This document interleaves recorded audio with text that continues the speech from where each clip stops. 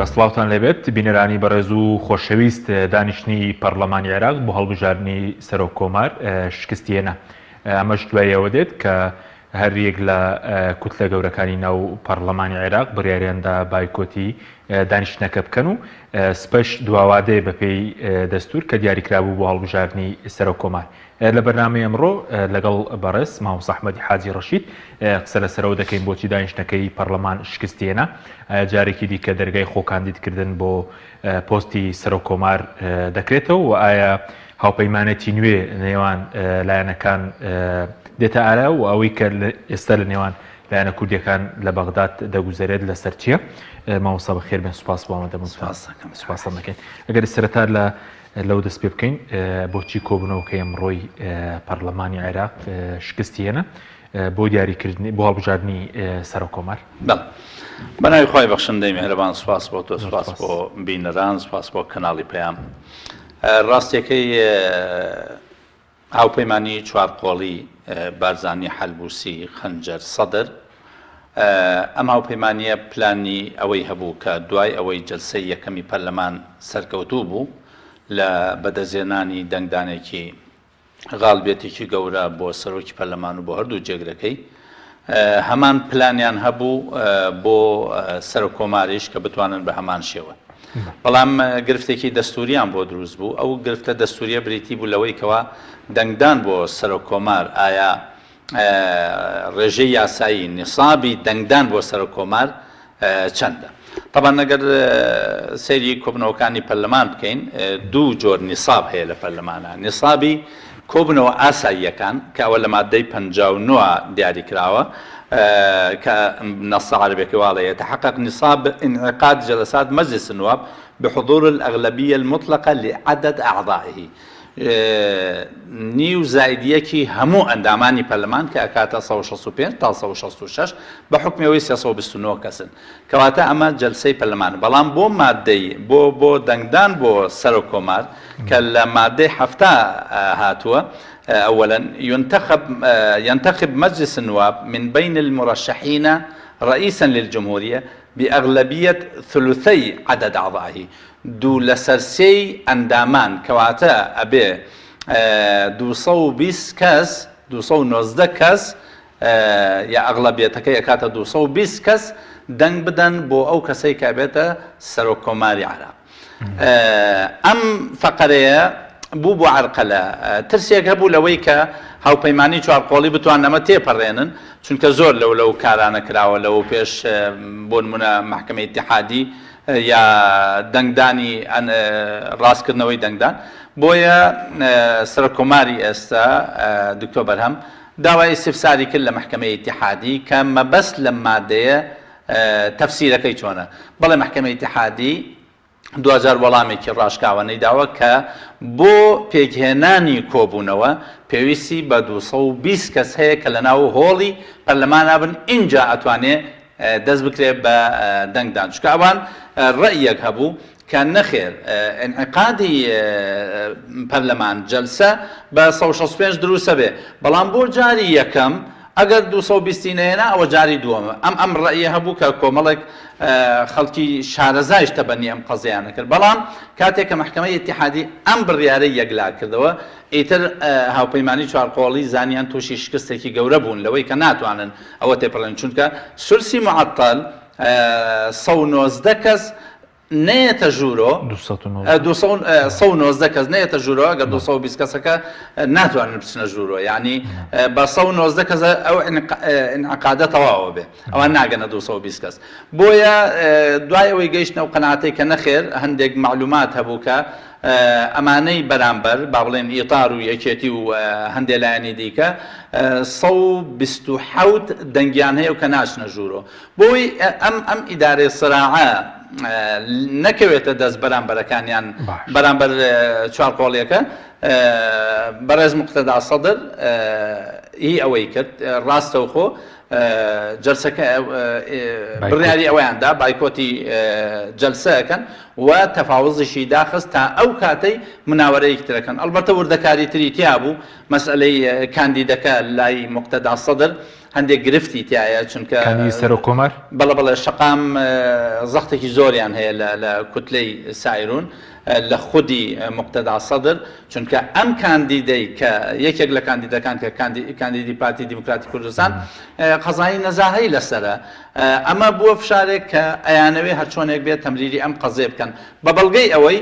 کە دوێنێ مشحانجبوری ئەعلانی کرد کە لە ناو کۆبوونەوەکە مقتدا سەدر ڕووی کردووە لە بەڕێزنەی شیروان بەرزانی بۆ تۆ کاندید نابی کەواتە لە ئەسڵا کێشەیەک هەیە لەوێ مقتدا سەدر زۆر مرتاح نییە بەوەی کە دەنگ بدەن بە پێش بڕیارەکەی دادگا و پێش بایکۆتەکان قسەی کرد ئەو قسەیە لە دوای مبادرەکەی بەڵێ بەس پێش بڕیاری دادگا پێش بڕیاری دادگا فشارێکی زۆری لەسەر بوو هەمووی ئەعلام فۆکەسیان خستووە سەر ئەوەی کە هۆشار زێباری قەزەی نەزاهەی لەسرە کە ناکرێ دەنگ بدرێ بە کەسێکەوە مەلە چونکە لە مادەی لە یەکێک لە فقرەکانی دەستورە لە مادەی 68 دەستورە ئەڵێ يشترط في المرشح لرئاسة الجمهورية أن يكون أولا عراقيا بالولادة ومن أبوين عراقيين دوهميان كامل الأهلية وأتم الأوراق سهميان ذا سمعة حسنة وخبرة سياسية ومشهودا له بالنزاهة أم كلمة نزاهة کێشەی بۆ قەزێ دروستکە تەمەنەوە لە دەستورە نەسی دەستوری تر القوانینە بە کوردەکەی دەڵی چیان ئەڵێ ئەبێ سمعەیەکی باشی هەبێ خبرەیەکی سیاسی هەبێ و مەشهودەن شایەتی بۆ بدرێ کە ئەوە نەزیهە بەڵام کاندیدەکەی پارتی دیموکراتی کوردستان نەک شایەتی 189 پەرلەمانتار بوو توانە ئەم پیاوە نەزیه نییە و مەلەفاتی فەسادی لەسەر بووە کە بە جەلسەیەکی بە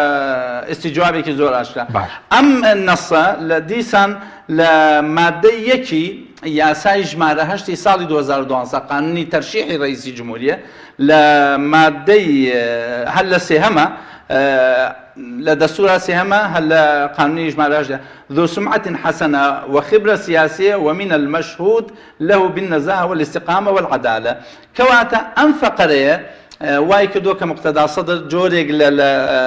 ئیحراجی پێوە دیار بێ بۆیە محاولەیەکی دیکە هەیە کە هەرچۆنێک بێم جەلسەیە بوەستێنرێ بۆ ئەوەی سولسی معتەل لای ئیطاری تەنسیقی و یەکێتی و هاوپەیمانەکانیانەوە نەبێ ئەوان بڕیاری بایکۆتی کۆبنەوەکەی پەرلەمانیاندا بایکۆتەکە لەمەوە هاتووە باشە بەس بۆچی تۆ ناویدەنی هاوپەیمانە چوار قۆڵیەکە چونکە سەر پڵان هاوپەیمانی سێ قۆڵی حەلبوسی بارزانی و سەدر لە ئەساس بینی سێ مکەونە کورد سونە شیعە ئەگەر بە هاوپەیمانی سێ قۆڵی باسمان کرد هیچ سێ مکەونە بەڵام ئەگەر بە ئەشخاص باسی بکەین تەکەتولاتە تەکەتولی بارزانی تایە تەکەتولی خەنجەری تایە تەکەتولی حەلبوسی تایە تەکەتولی مقتدا سەدری تایە یعنی ئەم چوار تەکەتولە بەس خەنجەر و حەلبوسی یەک فراکسیۆن نین یەک فراکسیۆن بەس دوو تەکەتولی جیاوازن و دوو دنیابینی جیاوازیان هەیە زروفێک کردوونی بە یەک کە لێرەدا شوێنی ئەوە نیە باسی ئەو بابەتە بکەین بۆچی شوێنی ئەوە نیە بە خەڵک بیزانێنی ینی چی هەمووانی خەنجەر خۆی لای هاوڕێکانی وتبووی کە فشارێکی زۆرم لەسرە طبعا خەنجەر یەکێکە لەوانەی کەوە خزانەی ئەمریکی وەزارەی خزانەی ئەمریکی تەجمیدی ئەموالی کردووە لەبەر ئەو تەجمیدی ئەموالە فشارێکی زۆری لەسەر بووە لەلایەن دوو قوتبەوە کە تورکیا لەگەڵ ئیماراتن بەحساب ئەو بابەتەی بۆ چاکەکەن و ئەگەر ئەوە نەکا کۆمەڵی ڕێوشێنی تری لە بەرامبەرە گیرێتە بەر لە ناچاری ئەو بڕیارەی داوە ئەمە محمود مەشەدانی زۆر بە ئاشکرا لە بەرنامەیەکی تەلەڤیزیۆنا باسی کرد کە خەنجەر لە ژێر فشارە چووەتە ناو ئەم تەحالوفەوە باش بەس سەبارەت بۆی کەی بۆچی ئەوە سەدرریەکان خۆیان بایکۆتیان کە دواتریش بڵێن سونەکان و پارتیش ئەی چوارچێوەی هەمانگی شیعەکان ئەوان بۆ بایکۆتیان کرد ئەوانیش ناتوانن سەر کۆماردیاریکەن ناتوانن چونکە ئەوان بە هەموو هێزیانەوە ئەتوانن 127 تا 130 کەسیان هەبێت چونکە سەرۆکی سەرۆکۆمار پێویستی بە 220 کەس هەیە لانی کەم بۆیە نەخێر ناتوانن پەنایان ئەبر بۆ سولسی معتەل ئێستا ئەم مادە دەستوریە بووەتە عەرقلەیەک لە دیوێکە لە دیوێکی ترا بووەتە ڕێخۆشکەرێک بۆ سازان لەسەر قەزیەکە هاتنی قەعانی لە ئێستادا بۆ ئەو بابەتە هاتووە کە ئەوە با بڵێن بۆ ئەوەی ئەو دوو پۆستی سەرۆکی کۆمار و پۆستی سەرۆکی ئەنجومەنی وەزیران بە تەوافق دابنرێ ئەمە مەرجی ئێرانیەکانە ئیتارە دوای لە دوێنێەوە دوو کۆبنەوەیان ئێستا لە ئێرانە بڵێن ئێرانیەکان سەقفی مەطالیبیان بەرز کردوەوە ئیتار بە حکمەوەی کەسبی قەزەیەکیان کردو لە محکمەی ئیتیحادی دوو سولسی معتەلیان بۆ دروست بۆ توانیویانە ئەلبەتە نەک 133 کەسیشیان تا ئێستا هەیە ئەگەر کەموزیاکات چکە پەرلەمانتاری عێراق عادەتەن ڕۆژێک لەگەڵ ئەم کوتلەیە ڕۆژێکی تر لەگەڵ کوتلەیەکی دیکەی هەندێک جارەوە ڕۆدا و زۆر ئاسایشە لەوێ بۆیە ئێستا بەرژەوەندی با بڵێن ئیتار مەشهودە لەوەی کە لە خەتی ئێرانیە زۆرێکیان یا با تێکڕایان بۆیە بەرژەوەندی ئێرانیش لەوان نییە سەرۆکۆمارێک دیاری بکرێ کە لە تەرەفێک بێ ئەو تەرەفە مەشهورن بەوەی کە خەتی تورکی ئیماراتی بریتانین باشە بەس ئێستا ئێرانیەکان لە بەغدادن ئێرانەکان فەرماندەی فەیلقی قودسی سوپای پازدارن ئێستا لە بەغدایە بەڵێ بڵێن ئیشیان چیاوان چونکە ئێستا دەڵێن ئەمریکیەکان نەوەڤدیان هەیە نەبەرپرسێکی باڵایان لە عێراقا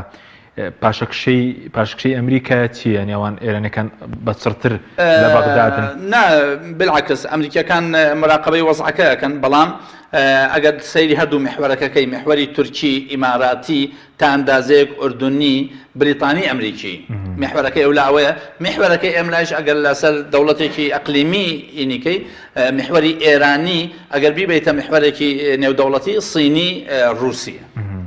ئەم دوو محورەیە بەڵام هەندێکیان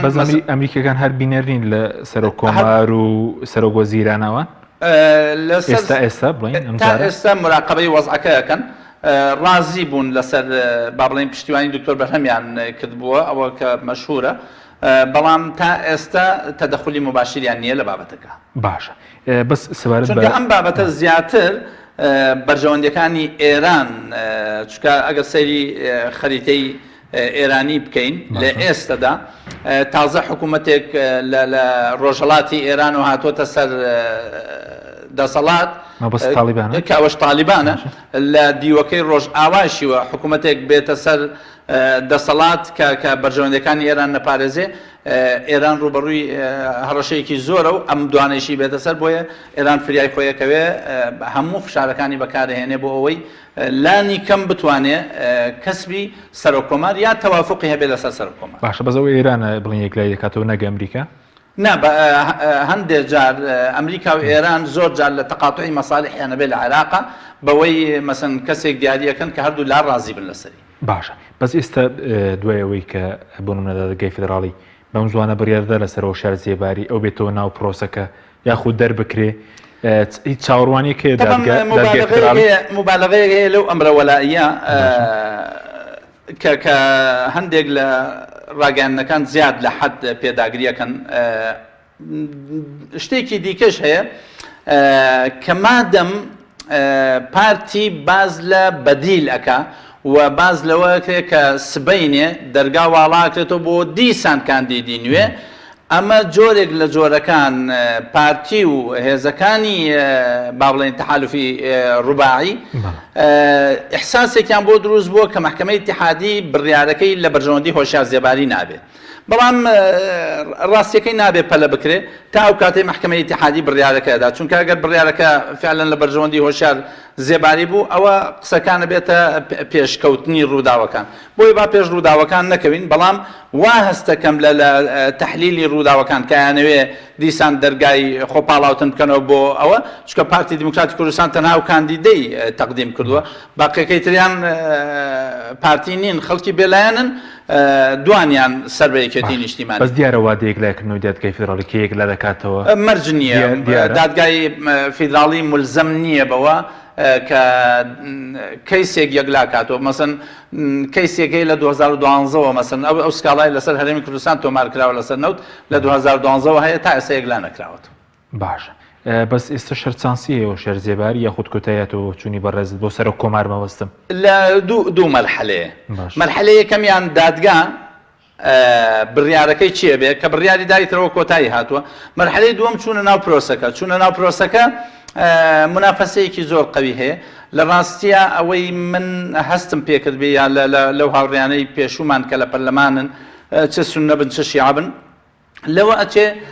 کوتلەی سەدری دوجار هەندێک خۆیان لە ئیحراجی بپارێزن ئەوش بە تەوجی سەرۆکی ڕەوتی سەدر مقتەدا و سونەکان سونە تەبیعەتێکیان هەیە کۆنتڕۆڵکردنیان زەحمەتە دوجار مستەقیلەکان ڕۆڵیان ئەبێ لەو بابەتە بۆیە وشار زێباری ئەوەی لەسەر ئەو هەیە کەم و کوڕی و گەندەڵی و لە نەزاهشتی لەسەر کاندیدەکانی دیکە نییە و بە تایبەتی لەسەر دکتۆر بەرهەم نییە کەواتە کە مقارنەکەین پارتی زیاتر ترسی هەیە لەوەی کەوا کاندیدەکەیش تز بێنێ باشە بەس بە بۆچین تو ئێستش دەرفەتی هەرماوە بە گوێری جەنابەت بێت نه تا محکمە یەکلای نەکاتەوە بەڵێ بە تایبەتی ئەگەر ئەو تەحالوفە ڕوباعیە سابت بن لەسەر قەزەی خۆیان ئەتوانن تێپەڕێن باشە بەس پێشبینیەکان خوێنەوە یاسایەکان لە ناوەندا عێراقیەکان بۆ بڕیاری دادگای فیدراڵی دیارە ئەم مەرحەلەیە کە دروست بووە شتێکمان پێڵێ مؤشرێکە نیشاندەرێکە کە ئەوەی هۆشیار زێباری ڕۆژ لە ڕۆژ چەند سیکەمە بێتەوە چەند بێت و باش بەس سەبارەت بە دەرگاکردنەوە ئەمە چۆنە دەکرێت چونکە باز دەکەی کە سپەی دەرگا بکرێتەوە بۆی جارێکی تر خەڵک سەرۆکاتی ئەگەر دەرگا بکرێتەوە لەلایەن سەرۆکی پەرلەمانەوە لەلایەن سەرۆکاتی پەرلەمانەوە زەرورە جارێ لایەنی بەرامبەر بۆ ئەوەی ڕێگە بگرێت لەم قەزیە هەر لە ئێستەوە مخاتەبەی محکەمەی ئیتیحادی بکە بۆ ئەوەی تەفسیری ئەو قانونی ژمارە 8 بدەن قانونی ژمارە 8 زۆر بە واضحی باز لە ئەو بابەتەکە تەمان 14 مادەیە قانونی هەڵبژاردننی سەرۆک کۆمار باز لەوەیەکە لە مەرحەلەی یەکەمە ناوەکان تۆمارە 3 ڕۆژی داناوە بۆ تۆمارکردنی ناو لە 3 ڕۆژ زیاتری دانەناوە کەواتە لە 3 ڕۆژ تێپەڕێ مخالفەی قانونە کە مخالفەی قانونە ئەمان ئەتوانن دەوا لە محکەمەی ئیتیحادی بکەن ئەو قەزیە یەکلا بکاتەوە بۆیە هەر تەحایولێک هەر فێڵکردنێک لە کردنەوەی دەرگای خۆکاندیدکردن ئەگەر ملاحەزە بکەی کاک حەکیم يعلن الترشيح لمادة 2 هاتوا لمنصب رئيس الجمهورية خلال مدة 3 أيام من تاريخ انعقاده كسروك برلمان دەست بەکارە بێ 3 ڕۆژ دیاریەکە بۆ خۆکاندیدکردن کێ خۆی ئەپاڵێوێ 3 ڕۆژی دانا نوێی مانگ پەرلەمان کۆبوو نوێی یەک تا 12 مانگ کۆتایی هاتووە ئەگەر لەو حاڵەتانە هەندێک تەویل لەکرێ ئەگەر جومعە و پێنجشەمە ڕۆژی عوتڵەی بەرکە و تەمدیدی ڕۆژێکەکەنەوە بەس لەو کاتە هیچ ڕۆژێکی عوتڵە نەبووە کەواتە تەنها 3 ڕۆژمان هەیە ئەمە نەسی مادەی 2 لە قانونی ژمارە 8 ساڵ 2012 لە دوای ئەم 3 ڕۆژە مادەی 3 زۆر بە واضحی باز لەوە کە ئەو مدەیە کۆتایی دێ مەگەر یەکێک بڕات تانە بدا لە محکەمەی ئیتیحادی دوای بە 3 ڕۆژێکە ناوەکانی ئەعلان نەکرێ ناوەکانی ئەعلان کرانیانە ئیعلان کراوە کەواتە دەرگاکان قوفڵ بووە دەرگای کاندیدبوون قوفڵ بووە دەرگای ئەعلانکردن قوفڵ بووە مەگەر یەکێک لە ماوەی ئەو 3 ڕۆژەی تر بڕوا لە محکەمەی ئیتیحادی شکات کا بڵێ من شروتەکانم تیا بووە بەس مەجلیسی نواب ناوەکەمی تۆمار نەکردووە محکەمەی ئیتیحادی ئەگەر بڕیاری دا ناوی ئەو شەخسە تۆمار بکە دیسان پەرلەمان ناوەکەی تۆمارەکاتەوە حاڵەتی وامان هەبووە نەخێت کەواتە دەرگای دووهەمی ناوبڵاوکردنەوەش داخراوە ئەگەر هەر هێزێکی سیاسی ئیدعای ئەوە بکە کە ئەتوانێ ئەو دەرگایە بکاتەوە مخالفەی دەستورە و پێویستە لایەنی بەرامبەر سکاڵا لە محکەمەی ئیتیحادی بکە اینجا لە مادەی 6 نصا الله ينعقد مجلس النواب قبل انتهاء المدة المحددة في الفقرة ب من البند ثانيا من مادة 72 من الدستور بدعوة من رئاسة لانتخاب رئيس الجمهورية بين المرشحين الذي توافر فيهم شروط القانونية أمانيك إعلان كلاوة بحسابها مش شروط قانونية انتهاء أما هۆشیار زێباری محکەمە ئەمرێکی وەلایی بۆ دەرکردووە یەک نەق تەوزیح بدەین لەسەر ئەمری وەلایی من و تۆ نیزاعێکمان هەیە نیزاعەکە ئەگەر ئیجراعاتێک هەیە مثلا زۆر جار ئەمە بۆ قەزایە تیجاری هەیە ئەگەر بەردەوامی خەسارەتێکی زۆر بەرمنەکەوێت بۆیە داواکەم لە محکەمە ئەمرێکی وەلایی دەرکەن تۆ هیچ تەسەڕوفێ نەکەی ئەمرێکی وەلایی دەرچووە بۆ هۆشیار زێباری کە نابێ ئیجراعاتی تەرشیحەکەی بڕواتە پێش یانێ بێ بوەستێنرێ بۆیە ئەمڕۆ ئەوە سەبەبێکی ئەساسی ئەمڕۆ ئەگەر ئینتخابات بکرایە نە بۆیە دەنگ بدرێ بە هۆشیار زێباری بۆیە بەیەقینەن ئەیان دۆڕان ئەوە سەبەبێکی تری ئەوە بوو کە تەحالوفی ڕووباعی بایکۆتیان کرد بە پارتی و بە حەلبوسی و بە خەنجەر و بە مقتەدا سەدرەوە بەوانەی تریشی کە نەچووبوونە ناو کۆبنەوەی پەرلەمانەکە کە لەو تەرەفە بوون کەواتە بابەتەکان قوفڵ بوون کردنەوەیان ئللا ئەبێ هەموو پرۆسەکە لەبەر یەک هەڵوەشێتەوە اینجا جارێککە ئەو دەرگایەکرێتەوە بۆیە ئەمە مخالفەیەکی سەریحی یاسا کارپێکراوەکان و دەستورە و نظامی داخلی پەرلەمان بەزەگەری شێ بکرێ چاوەڕوان کراوە ینی بدەبەرەوەی کاوپەیمانە سێ خۆڵێکە سەرۆکاتی پەرلەمانیان بەدەستە ئەمە بکرێ بڵێ زۆر جارباسی ئەم دۆخەی عراقەکرێت لە ئێستادا دۆخێکی ئاڵۆزە عملی سیاسی تووشی جمود بووە دیوەکەی تری باسکەین کاتێک کە باسەکەین ئەڵێن پەرداخێک ئاومان هەیە نیوەی ئاویتایە ئەڵێن نیوەی خاڵێ با بڵێن نەخێر نیوەی ئاویتایە ئەم دۆخەی ئێستا ئەمە یەکێکە لە ئیجابیەکانی کە ئەگەر ئیطاری تەنسیقی و مقتەدا سەدر ئێستا یەک تەکەتول بوونایە ئەمانە هەمووی ڕۆی زۆر بە ئاسانی بۆیە ئێستا جیهەتێکی ڕەقابی لە بەرامبەر سەدرا ئیطار هەیە لە بەرامبەر حەلبوسی و عەزما چواردەندان پەرلەمانی سوننە هەیە لە بەرامبەر پارتی هەندێک لایەنی دیکەی کوردی کە دیار نییە هەندێک لایەنی دیکەی کوردی هەیە کە معارزن بۆیە دوو تەرەف دروست بووە کە ئەمە ئەگەر لە وەزعێکی ئاسایە وایە دۆخە تەندروستەکەیە کە ئەبێ لە عێراقا گروپێک هەبن مەسئول بن لە حکم کۆمەڵێکی ژەبن چاودێر و معارەزە بن بەسەر ئەم قەزەوە لە ئێستادا ئەم دۆخە هاتۆتە دی کە مراقبەی ئەملان نایەڵێ ئەولا بە ئارزوی خۆیان بڕیارات بن ئەوە تا هەمیشە پەناه بەنەبەر محکەمەی ئیتیحادی محکەمەی ئیتیحادیش ملزەمیانەکە لە دەورەی پێشوە ئەو باسم خەشانەی کە ئێستا پەرلەمانتارە و کۆمەڵی سکاڵای کرد ئەم باسم خەشانە محکەمەی ئیتیحادی بڕیاری بۆدا کە پەرلەمانتارە بەڵام هەیئەی ڕئاسە بە هیچ شێوەیە قبوڵی ئەویان کرد تەحایولیان کرد لەسەرەوەی تا کۆتایی دەورەکە هاتوو نانێش ببێ پەرلەمانتار هەر ئەوە بوو سکاڵایەکی تۆمار کرد کە لە محکەمەی ئیتیحادی لەسەر محەممەد حەلبوسی کە ئەوە قەزەیەکی ئاوای کردو بڕیاری محکەمەی جێبەجێ نەکردو محکەمەی ئیتیحادی کە قەراراتی محکەمەی ئیتیحادی بات وملزم یعنی نە ئیستئنافەکرێ ملزەمیشە بۆ هەمووان بۆیە ئێستا جەبهەیەکی چاودێر هەیە هێشتا بڕیاری ئەویان نەداوە کێ ئەبێتە معارەزە جەبهەیەکی چاودێر هەیە بەسەر ئەوانیکەوە مەسەن ئەگەر خەرقی دەستوری لەلایەن ئیتارۆکرا جەماعەتی سەدری و ئەوانی دیکە لە نەخێر لە دیوەکەی ئەو بەرکرا ئەمانەی ئەم بەر مراقبەیەکەن بۆیە ڕاستە ئەو وەزع سیاسیە سلبیاتی زۆر زۆرە بەڵام ئەمەش یەکێکە لە ئیجابیەتەکانی کە دۆخێک دروست بووە کە ئەتوانێت ڕقابەی پەرلەمانی یا نەشاتێکی پەرلەمانی زیاتر باش بکە بەس ڕەنگە ئێستا خەڵک بپرسەی مەسەلەی سەر و کۆمارەکە چی بەسەر دێت ئێستا دەرگاکە قفڵ بوو بێت هیچ بەیانی بەس بەیانیش ماوەتۆ سەر قەراری محکەمە ئەوە بەیانی مستحیلە جەلسە دروست بێ بە تایبەتی نیسابی ثولثین نیسابی ثولثین دروست نابێت لەبەر ئەو هەیە کە ئێستا باسم کرد چونکە هۆشیارزێباری ئەمری وەلایی هەیە نابێت بچێتە ناو ئیجراعاتی انتخابات بۆیە تەرەفەکەی ئەولا ئەگەر هۆشیارزێباریشیان قبول بێ ناچنە ناو پەرلەمانەوە بۆ ئەوەی دەنگ بێت کەواتە جەلسەی بەیانی لەوانەیە جەلسەی ئینعقادێکی سادە بێ بەڵام ئەگەر قەزەیەکی ئاوا بکەن بۆ نمونە بەیانی دەرگای خۆپاڵاوتن بکرێتەوە لەوانەیە بیکەنەوە بۆ ئەوەی بۆ کەسبی وەقت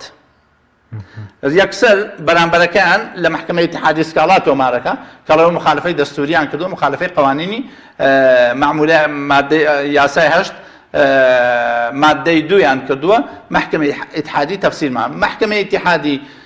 کۆمەڵی گەینی لە مەسەن چەند ڕۆژێک ئەوەش دواکەوێت بۆیە ئەم دوو لایەنە لە ئێستادا مراوەغەی کەسبی وەختەکەن تا ئەوەندەی هەندێکی پەیوەندی هەیە بە قەزایای ناوخۆی عراقۆ هەندێکی پەیوەندی هەیە بە قەزایای ئەقلیمیەوە هەندێکی نەخێر پەیوەندی هەیە بە قەزایای دەولیوە مەسەڵەن یەکێک لەوانە پەیوەندی پێ هەیە قەزەی مؤتەمەری ڤێن نایە مفاوەزاتی ڤێن نایە یەکێک لەوەی کە لە ئەقلیمی نیە دوور لە ئەقلیمیە انتخاباتی لوبنان نییە کە لە مانگی سیا ئیجراکرێت بۆیە ئەم دوو تەرەفە هەردووکیان محاولەی کەسبی زیاترین کاتەکە باش بەس لەوە پەیمانەکەی سەدر و حەلبوسی و بارزانەوەی کە تا ئێستا گۆڵی خۆی کردوتەنە حەلبوسیە یعنی کە پۆستەکەی بەرزتێ ناوانەی تر چیان بەرەسێناوە ئەوان هەردوو لاکەیان یەکی جێگرێکیان بەدەستێناوە جێگری یەکەم هیتیاری سەدریە جێگری دووەمیشی پارتی دیموکراتی کوردستانە کەواتە لە ئێستاداوی اتفاقیان کردووە طبق الأصل بەپێ ئەو خەریتەیەکەدایان ڕێژا ڕۆشتووە جارێ هەلبوسی براوی سەرەکی نییە نا مەسن ئەوان سنە سەرۆکی پەرلەمانیان هەبووە بەڵام ئەگەر بێتە سەر ئەوەی پارتی بەتەمای ئەوە بۆ سەر کۆمار بەدەستبێنێ و عەرقلێ بۆ دۆست بووە فعلا پارتی هێشتا هینی خۆی نەکردووە مقتدا سەدر بەتەمای ئەوە بێ سەرۆکی ئەنجومەنی وەزیران بەدەستبێنێ هێشتا بەدەستینیانەوە خاڵێکی ئەساسی ئەوەیە کاک حەکیم مقتدا سەدر سەدرەکان و خودی مقتدا سەدر بە شێوەیە لە شێوەکان حەزیان لەوەیە یا با بڵێن بەڵێنی پێشویان هەبووە بۆ کە دەنگ بدەن بە دکتۆر بەرهەم بەڵام خودی مقتدا سەدر و هەیئەی سیاسیان زۆر جارەوەیان باس کردووە بەڵام کە تووشی ئەو تەحالوفە بوون لە بینی کاندیدی پارتی دیموکرات و لە بینی دکتۆر بەرهەما تووشی ئەم تەسادومە بوون بۆیە بە شێوەیەک لە شێوەکان ئەیانەوێ قەزیەیەک ڕوو بدا بشکم بگەنە ڕێگە چارەسەرێک ئەگینا مەسەلەن ئێستا ئەگەر تەیاری سەدری دەنگ نەدەن بە دکتۆر بەرهەم یا ئەگەر دەنگ بن بە دکتۆر بەرهەم پارتی ئامادە نابێت دەنگ بە سەرۆکوەزیرانەکەی ئەوان کەواتە ئیتفاقیان تێکەچێ بۆیە یەکێک لەو ئەگەرانەی کە ئەم قەزیە هەیە احتیمال لە دوجار مقتدا سەدر ئەم قەزیەی بۆ هین نەکرێ بۆ نەبرێتە پێشۆ دوای ئەوەی ئیتاری تەنسیقیش فشارەکانی بەکاربێنێ بۆ سولسی معتەل لەبەر ئەم دوو سەبەبە احتیمالە چۆن هەمیشە ئاشناین بەوەی مقتدا سەدر بڕیاری کت و پڕەدا لە درەنگانیشەوە لە گەزگوسەیەکا وەرەقەیەکی ئەوەندە احتیمالی ئەوەی هەیە بڵێ ئەوە ئێمە سەرۆکی ئەنجومەنی وەزیرانمان ناوێ حکوومەت تەشکیل ناکەین ئەبینە معارزە فەرموو با بەرامبەرەکەمان تەشکیلیکە باشە ئەنی ئەگەری هەڵوەشانەوەی ڕێکەوتنەکە هەیە یەکەم ئەگەری هەڵوەشانەوەی هەیە دووەم ئەگەری ئەوەی هەیە سەدر اختیاری معارزە بکە تا ئەو ئەندازەی بزانێ ئیتار سوورن لەسەر ئەوەی کە سولسی معتەل بەکارێنن و نایەڵن نە سەرۆکی ئەنجومەنی وەزیران سەرکەوێ بەچی بە نایەڵن سەر کۆمار دەست بەکاربێ چکە سەر کۆمارمان نەبێت کێ کاندیدی سەرۆکی ئەنجومەنی وەزیران کێ کوتلەی ئەکبەر دیاریەکە وە کێ کاندیدەکە تەکلیفەکە ئەو بە سەر کۆمار دەکرێت بۆیە ئەگەر سەیرێک بکەین زۆر جا باس لەوە کرێت کە سەر کۆمار پۆستێکی تەشریفیە نا دامەزرانی حکوومەتی عێراق بەدەست سەر کۆمار ڕاستپاردنی کاندیدی سەرۆکوەزیران ڕاستپاردنی سەرۆکوەزیران بەدەست سەر کۆمارە کەواتە وان نییە کە ئەوترێ پۆستێکی تەشریفیە ئەوەتانێ ئیتاری تەنسیقی سەرۆکۆمار بەکارێنن لە دژی تەیاری سەدری بۆ تەوافق باش بەس وتە سەدر زوو بڵێن لە نیوە شەو بڕیاری کە تۆ پڕدەدە ئەو بڕیارانەی کەدای پێدوای ڕاوێژێک نەبوو لەگەڵ پارتی و هەلبوسیەوانە هەم بایکۆتەکە و هەم ئەو تویتەشی کە کردی لەسەر هۆشار زێباری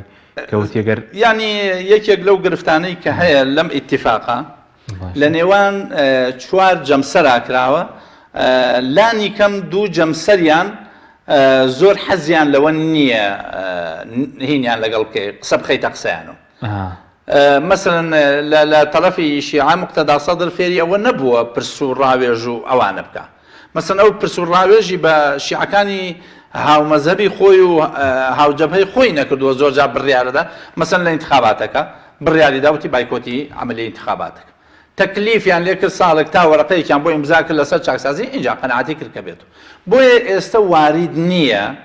وارید نییە مقتدا سەدر بۆ هەموو کەبیرە و سەغیرەیەک بێ پرس بکە بە هەلبوسی و خەنجەر و بارزانی بە هەمان شێوە یعنی ئەومان لەبیر نەچێ کاتێک کاک مەسعودی شتێگەچێتە عەقلیۆ بڕیاری لێدا بەبێ گەڕانەوە بۆ شورەکایی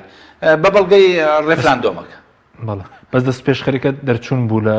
هاوپەیمانەتێکە هەمەوەی سەدرکە بەس هەمەوەی کە سەدر کردی لەوەی کە بایکۆتی پرۆسەی سیاسی کردم دەست پێشخەرەکەی بارزانیش ینی بایکۆتەکەی سەدر وەڵامێک بوو دەست پێشخەرەکەی نه دەست پێشخەریەکەی بارزانی خۆ دەست پێشخەریە سەدر ئەتوانێت قبوڵی کاتوانێت قبوڵی نەکە بەڵام سەدر تا ئەندازەیەک لەوە نیگەران بوو کە ئەو 5 ڕۆژ ئیسماعیل قائانی لە ناو عێراقا بووە چەند تەکلیفیان کرد بیبینێ نەیبینی يعني ئەبێ ئەبواە چاوەڕێ ئەوەیە کرد کە کاک مەسعود و پارتی دیموکراتی کوردستان لەوە تێبگەن کە پێشنیاری ئێرانەکان قبول نەکاو بیداتە سەدر. ڕاستە و خۆ ئەوانیش ڕەفزی بکەن وەکو چۆن ئەو توانیوێتی ڕەفزی بکەن ئەمانیش ڕەفزی بکەن. نیگەرانیەکەی لەوە هەبوو کە بۆ ئەو دەست پێشخەریان وەرگرتو و چونەتە حەنانە ڕوبەڕووی ئەویان کردەوە چکەوە جۆرێکە لە ئیحراجکردنی بەرامبەرەکەەوە تۆ کاتێک تەوافقەکەی لەگەڵ یەکێکە نابێت لە نیوە ڕێگا پێشنیاری تازەی بکەیت چکە تۆ مسلمەن ڕێی سەدرەزانی کە بە هیچ شێوەیە قبوڵی مالیکی نییە لە دوور لە نزیک. پێشنیارەکەەوەیە کە مالیکی بکرێت بە جگری سەرۆکۆزیران سەرۆکۆمار کە پارتی قەناعەتی وایە سەرۆکۆمارەکە هی ئەوانە بێ. ئەنجا مالیکی ئەگەر ئەوە قبول بکە بەڕاستی من پێم سەیرە نەنگیە بۆ مالیکی. بەس کی قاید و کاپتنی ئەو هاوپەیمانەتیە؟ ینی قاعدێکی دیاریکراوی نییە. ئەتوانین بڵێن لە تەرەفی کوردی بارزانیە لە تەرەفی شیعی سەدرە لە بیرمان نەچێ حەلبوسی ڕاستە گەنجە و ئەوەیە بەڵام ئەوش زۆر محەنەکێکی سەدری شەر گەنجە 40 ساڵە ینی زۆر ئەوە باز ناکرێت کە حەلبوسی زۆر گەمەکەرێکی عەجایبە. يعني حەلبوسی توانیوێتی هەموو سنە یەکخە کە ڕێکخستنی ماڵی سنە لە ڕێخستنی ماڵی کورد زەحمەترە لە ڕێخستنی ماڵی شیعە زەحمەترە. سنە بە تاریخیان پەرتەوازە بوون لە 2003 بەزەم جارە باشوو ئەم جارە مەسەن حەلبوسیە توانیوێتی بیانکا بە یەک. اینجا حەلبوسی چی هەموو وەسیلەیە گەگرێتە بەر وەسیلە شەرعی بێ ناشەرعی بێ قانونی بێ ناقانونی بێ هەموو یەگرێتە بەر بۆ ئەو هەدەفەی کە ئێوێ. سپاس دەکەم بەڵێ بینەرانی بەڕست ناوبڕێژی کورت و دەگەڕێنی وڵاتان لەگەڵمان بمێننەوە. تۆپ ئارت تاکە بریکاری تۆڕی میدیایی کۆمەڵ بۆ بەرهەمهێنان و بڵاوکردنەوەی ڕێکلام. یەکێک لە خواردنەکانی سفرەی کوردی برنجی ڕووبهەنارە. خواردنێکی زۆر بەچێژ و بەتامە. چەندی لێ بخۆی لی تێر ناخۆی. برنجی ڕۆبەنار زۆر خۆشە. خۆشترە بێت ئەگەر برنجەکەی برنجی مەحموود بێت. برنجی مەحموود. کام شیر باشترینە بۆ کۆرپەکەم؟ شیری دایک باشترین و پارێزراوترین سەرچاوی خۆراکیە بۆ کۆرپەکەت. بەڵام لە هەندێک باردا دایکان ناتوانن شیری خۆیان بدەن بە منداڵەکانیان. بۆیە من پێشنیاری شیری کۆنفیلاک دەکەم وەکو تاکە جێگرەوەی شیری دایکان کە لەلایەن فۆنتێراوە بەرهەم دەهێنرێت کە شارەزایی زیاتر لە 50 ساڵیان هەیە لەو بوارەدا. ئایا کۆنفیلاک گونجاوە بۆ گەشەی کۆرپەکەم؟ بە دڵنیاییەوە کۆنفیلاک سەرجەم سەرچاوە گرنگەکانی خۆراکی تایە بۆ گەشەی سروشتی منداڵ و بەهێزبوونی ماسوولکە و چاو و ئێسک و گەشەکردنێکی ئاسایی مێشک. ئەتوانی نمونەیەکی تاقی بکەینەوە؟ بێگومان ئێوە دەتوانن نمونەی شیری کۆنفیلاک تاقی بکەنەوە و ئەنجامە سەرسوڕهێنەرەکانی ببینن. شیری کۆنفیلاک تاکە شیری جێگرەوە دوای شیری دایکان دەوڵەمەندە بە ئۆمیگا 3 ئاسن کۆلین و ڤیتامین و کانزاکان و سەرجەم سەرچاوە خۆراکی گرنگەکانی گەشەی کۆرپەلا. کۆنفیلاک یەکەم شیر دوای شیری دایک. کارگێ ئاوی سلێمانی تازەترین بەرهەمی خستە بازاڕەوە. کارگێ ئاوی سلێمانی بەهۆی کوالیتیە بەرزەکەی و ئاوە سازگەرەکەی یەکەمین کارگێ لە عێراقدا کە بەرهەمەکانی لە ئەوروپا و ئیمارات بەردەستن. بۆنی کەمترین بڕی سۆدیۆم و نەبوونی نیترات لە ئاوی بەڕادی سلێمانی وای کردووە ببێتە خاوەنی 7 بڕوانەمەی جیهانی و نێودەوڵەتی. ئاوی بەڕادی سلێمانی دڵنیایی زیاتر، تەندروستی باشتر. کارگەی ئاوی سلێمانی. تۆپ ئارت تاکە بریکاری تۆڕی میدیایی کۆمەڵ بۆ بەرهەمهێنان و بڵاوکردنەوەی ڕێکلام.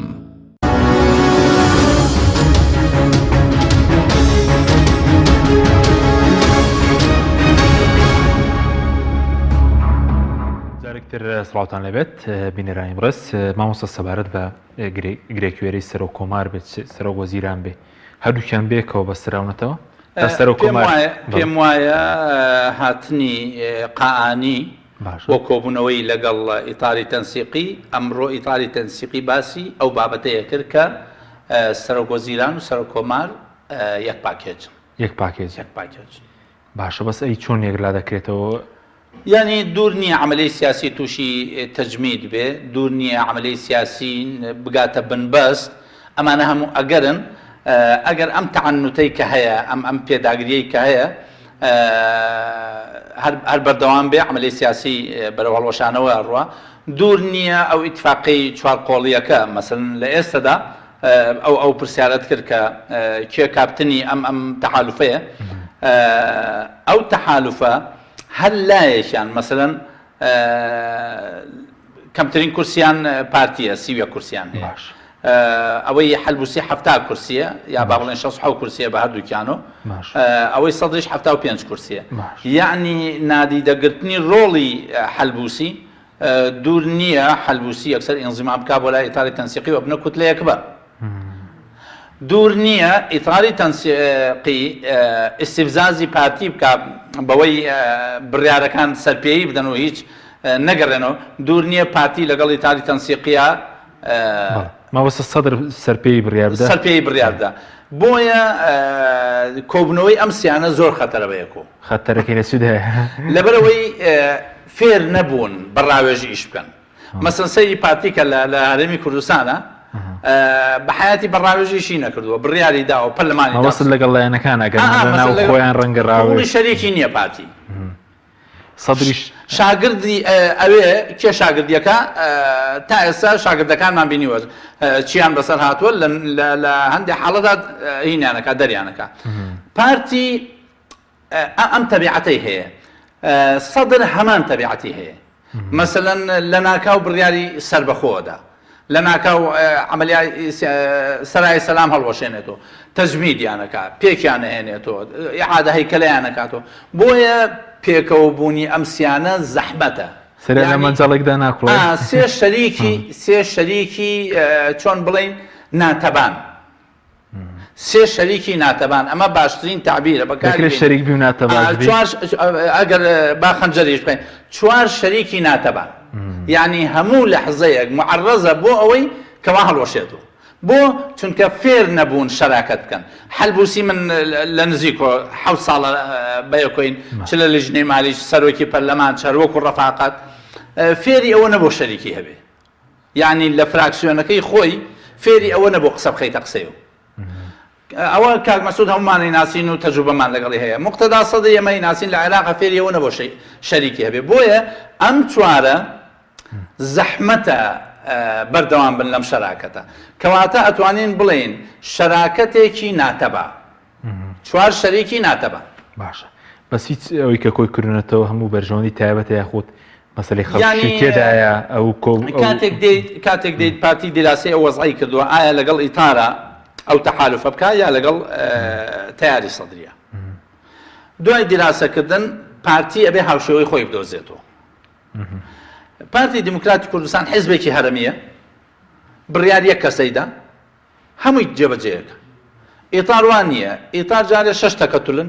هەر تەکەتولێکیان 4-5 وردە تەکەتولی تایە کەواتە بڕیاردان لە ناو ئیتاری تەنسیقیا زۆر قورسە بۆیە پارتی حەزی لەم جۆرە حیزبانە نییە خاڵ یەک خاڵی دوو ماوەکانی پێشوو ئیتار عەزێتی پارتیان ئەدا بەڵام کەسەیرەکەی دووش وێکچوو هەیە لە نێوان تەیاری سەدری و پارتی دیموکراتی کوردستانە دوو سەرۆک خۆیان بڕیارەدەن قەواعیدێکی ملتەزم بەبێ چەند و چوون بڕیار جێبەجێەکەن کەواتە ئیتیفاق لەگەڵ ئەما زۆر ئاسانترە بۆ چونکە تەنها قسە لەگەڵ مقتەدا سەدرەکەی پارتی تەنها قسە لەگەڵ مقتەدا سەدرەکە مقتەدا سەدریش تەنها قسە لەگەڵ بارزانیەکە بۆیە لە کاتی انتخاباتەکە یا لە کاتی یاساکە 7 جار مەکتەبی سیاسی پارتی سەردانی هەیئەی سیاسی تیاری سەدریان کردبوو تا لە ئەنجامە گەیشتن لێگەیشتنەکە دوای بوو بە ئیتیفاقێک حەلبوسیش هەمان هەیکەلیەیە باش حەلبوسی هەمان هەیکەلیە لەبەرچی لەبەرەوەی جارێ مەلازی ئامن بووە هەرێم بۆ سنە جۆرێک لەوەی کە ئەگەر لەگەڵ هەرێمە کێشیان بۆ دروست بێ ئەوە نازحین و ئاوارەکانیان تووشی کێشە بن زۆرێکیش لە ئەندامانی پەرلەمان ماڵیان لە هەورێرە و لە دهۆکە و بزنسیان هەیە لە هەرێمی کوردستانە کەواتە نزیکترین کەس کە تەحالفی لەگەڵا بکەن و هەر لەوە پێشیش خولیای باش هێزە سونیەکان هەمان خولیای هەرێمی کوردستانە هەموویان باز لەوەکەن کاتی خۆی کە ئەوان هێزە سونیەکان کاتی خۆی کە دژی هەرێمی کوردستان بوون و فیدراڵیەتی عراق کە ئەقالیم هەبێ محافظات لە دژی بوون بە هەڵاچوون ئەبوایە هەر کاتی خۆی تەبەنی ئەم فکریان کردا و ئەوانش ئەقلیمێکیان بۆ خۆیان جاب کردایەتەوە و یەکێک لەو فکرانەی کە حەلبوسی هەیەی ئیشکردنە بۆ ئەقلیمی سنی بۆیە شەباهەتیان هەیە لەگەڵ یەکە هەر سێلایەنەکە بۆیە ئەم تەحالوفە بۆ ئاراستە چووە دیوەکەی تری تعاملی ئەقلیمی علاقاتی سنەکان لەگەڵ دووەلی خلیجە لەگەڵ تورکیا بەقوترە پارتی علاقاتی لەگەڵ تورکیا و لەگەڵ دووەلی خلیجا بەقوتە مقتەدا سەدر و تەیاری سەدری کێشەیەک هەیە لە ناو هێزە شیعیەکانە با بڵین لە پێگاتەی هەیکەلی مەزەبی شیعیا کە ئەویش مەرجعیەتە سەدریەکان زیاتر حەزیان بە مەرجعیەتی وەتەنیە مەرجعیەتی عراقیە کە مەرجعی نەجەفە و قەناعەتیان بە سیستانی بۆیە بێدەنگی مەرجعیەت لەم قەزیە ئەڵێن جۆرێک لە کۆنتاکت هەیە لە نێوان محەممەد ڕەزا کوڕی سەید عەلی سیستانی لەگەڵ مقتەدا سەدرا بۆ ئەم بابەت بەس ئەو کاریگەری سەدرکە گەنجێکە ئەو کاریگەی کە دروستی کردووە بە میرات بۆی ماوەتەوە هی خۆی نییە چکە 7 ساڵ هەردوو بەشەکەیە بەشێکی پێگەی بنەماڵەیە باوکی سەدر پیاوێک بووە هەمیشە ئەم شێوەی کە مقتەدا ئەبینی باوکی هەمان شکل ئیشی کردووە مەسەن یەکەم کەس بووە نوێژی جومعە لە مەزەبی شیعات تاوەکو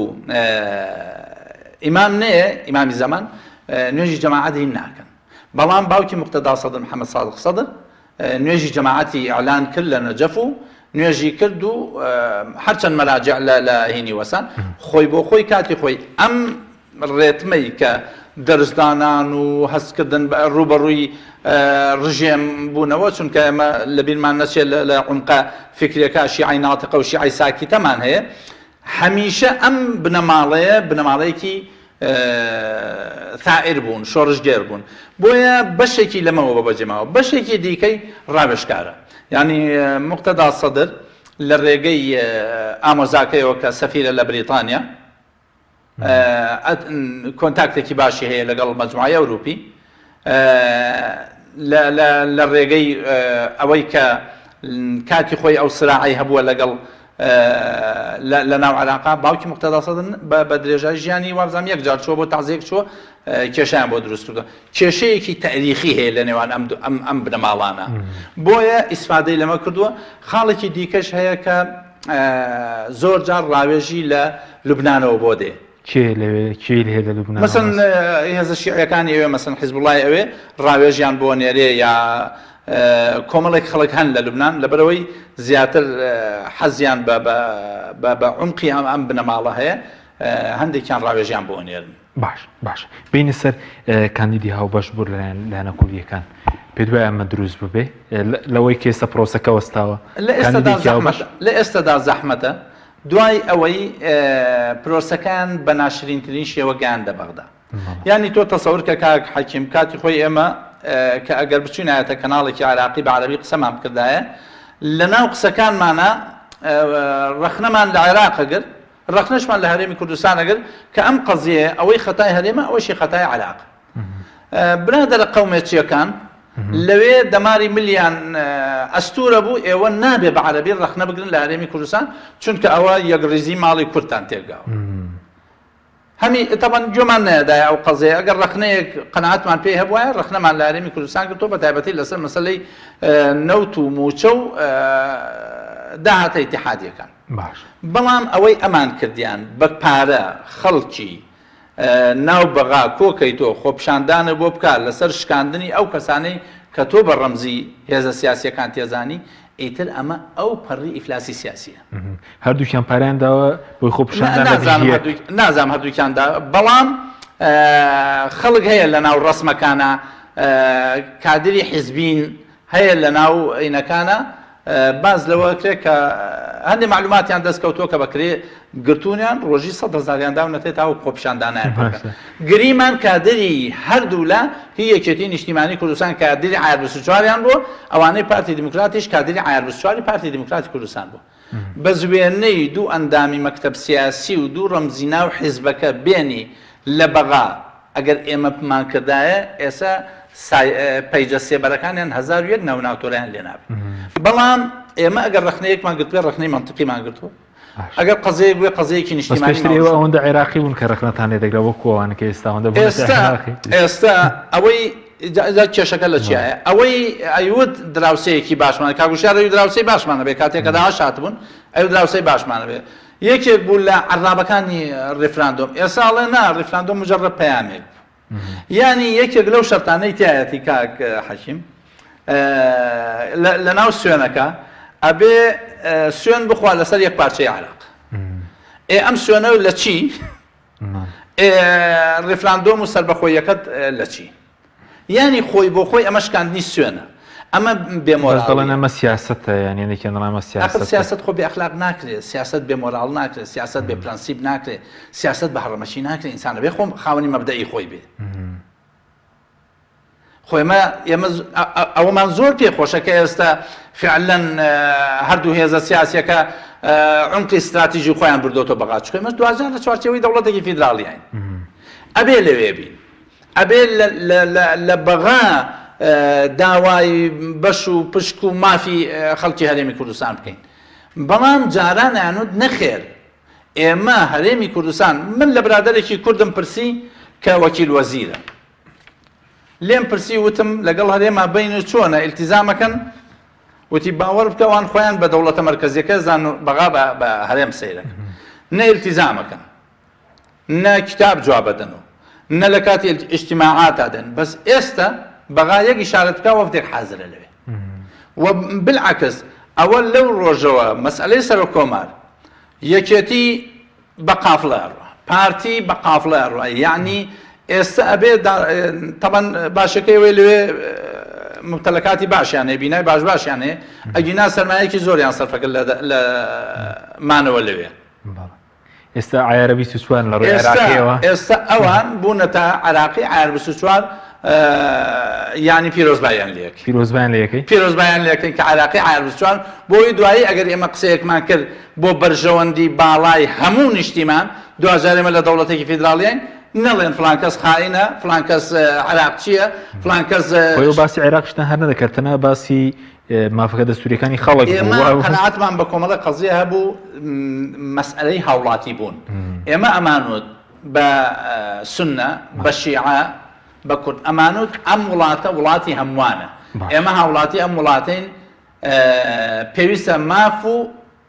ئیلتیزامی خۆمانمان هەبێن و مافەکەتان نەدێنێ بەس ئیلتیزامەکە بێن باشە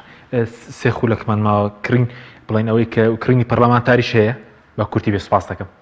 بە دڵنیاییەوە ینی تۆ ئەگەر لە وڵاتە دواکەوتوانەی کە ڕشتی سیاسی پێگەشتو نییە ینی ئەوە واردە کە پەرلەمانتار فعلەن ئەکڕێ هێزی سیاسی ئەکڕێ کاک حەزم نەک پەرلەمانتار ینی هێزی سیاسی ئەکڕێ بە سەفەقان دەچنە ناو پرۆسە سیاسیەکانەوە ینی ئێستا دیوەکەی تری جاران لە حکوومەتی تەوافقیە شتێکە بۆ غەتەی لێوە غەتەی لە بۆم بپۆشە بۆتە پۆشم ئەوە هێزی سیاسی کڕین و فرۆشتن بوو باندام پەرلەمانەکانیەوە مەسەن سەفقەیەک بوو باندام پەرلەمانەکانیەوە دەنگبان بەو قەزیەیە سەفقەیەک بۆ وەرنە دەرەوە بەڵام ئێستا نا هێزی سیاسی مسبقەن پارەکە وەرەگرێ اینجا دەنگەکان کوردیشی تێدایە هەموو هێزە سیاسیەکە باشە زۆر بە کوردی سەباردۆ ئێستا پەرلەمانی شوکارەکانی دەکات تاو دەتوانێت ئیش بکە پەرلەمانی عێراق ئێستا ئەتوانێت ئیشەکانی بەردەوامە بەڵام لە ترسی سەرۆکایەتی لە ترسی ئەوەی کە جەلسەکە تەبەن ئەمڕۆ 50 لە مەرحەلەیەکەما تەنها 20 کەس بوون دوای بوون بە 50 ئەوە واردە هەمیشە پەرلەمان وابوو یعنی زۆر جار قانون تێپەڕیوە حەلبوسی چەخشەکەیەوە بە هەرزاوتێتی نصاب کامل و کاملیش نەبوو باشە سەبارەت بە بوجە ئەمڕۆ پەرلەمان داوای کردووە حکوومەت بوجە بنێت دەبێت حکوومەت ناتوانێت ئێستا بوجە بنێت لەبەرەوەی کاربەرەکەرە مخالفەی قانون چکە ئەو حکوومەتە لە بەرامبەر ئەم پەرلەمانە مەسئول نییە چکە دەنگی بە تەشکیلی ئەم حکوومەتە نەداوە بۆ ئەم مخالفە ئەبێ حکوومەت تەشکیل بێ ئەم جارەکانێ ئەو بوجەش کە ئەم حکوومەتە نووسیویەتی ئەو تەبەنی بکەین جاتوانێت نرخی دۆلارەکە دەنگی نەما گۆڕانکاری بەسەر محافزی جێگری محافزی بانکی مرکزی وتی بڕیارێکە و گەڕانەوە لێی مستحیلە سوپاس دەکەم زۆر سوپاس بۆ بەڕێز مامۆستا ئەحمەدی حاجی ڕەشید سوپاس دەکەم سوپاس بۆ بینەرانی بەڕێز سوپاس باوکارانم خواتان لەگەڵ